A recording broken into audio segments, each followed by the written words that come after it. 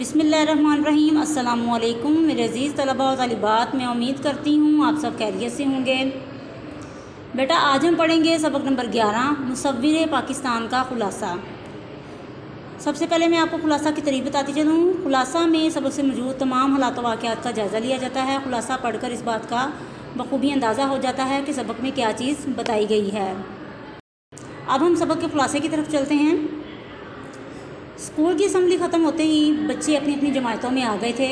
استاد صاحب نے حاضری لگانے کے بعد جب بچوں کو پڑھانا شروع کر دیا تو تھوڑی دیر بعد استاد صاحب کی نظر دروازے پر پڑی۔ ایک بچہ دروازے میں کھڑا اندر آنے کی اجازت مانگ رہا تھا۔ استاد صاحب نے بچے کی طرف دیکھا اور کہا، اقبال دیر سے کیوں آئے ہو؟ بچے نے فوراً کہا، جناب اقبال دیر ہی سے آیا کرتا ہے۔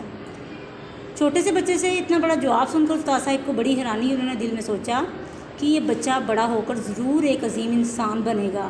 واقعی ان کی بات سچ ثابت ہوئی اور وہ بچہ بڑا ہو کر شاعر مشرق اور حکیم الامت بنا۔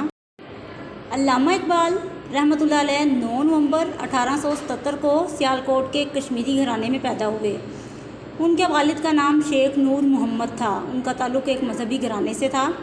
چھوٹی عمر میں ہی علامہ اقبال نے قرآن کی تعلیم حاصل کر لی۔ اس کے بعد آپ نے ابتدائی تعلیم سیالکوٹ سے حاصل کی۔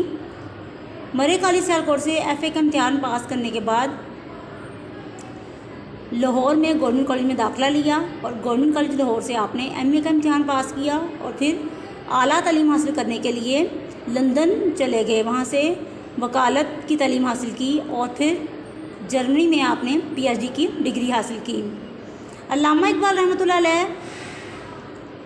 مسلمانوں کے لیے ایک الگ وطن چاہتے تھے۔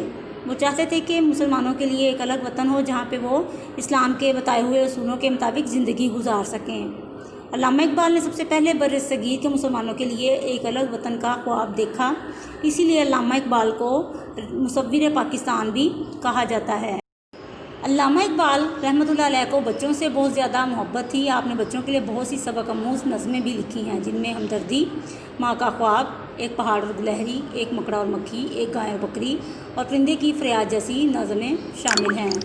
علامہ اقبال نے اپنی نظموں میں مسلمانوں کو آپس میں مل جل کر رہنے کا سبق دیا ہے۔ ان کی عمدہ شاعری کی وجہ سے انہیں شاعر مشرق کہا جاتا ہے۔ پاکستان بنانے کا خواب تو علامہ اقبال رحمۃ اللہ علیہ نے دیکھا تھا، مگر افسوس وہ پاکستان بننے تک زندہ نہ رہے۔ انہوں نے 21 اپریل 1938 کو وفات پائی۔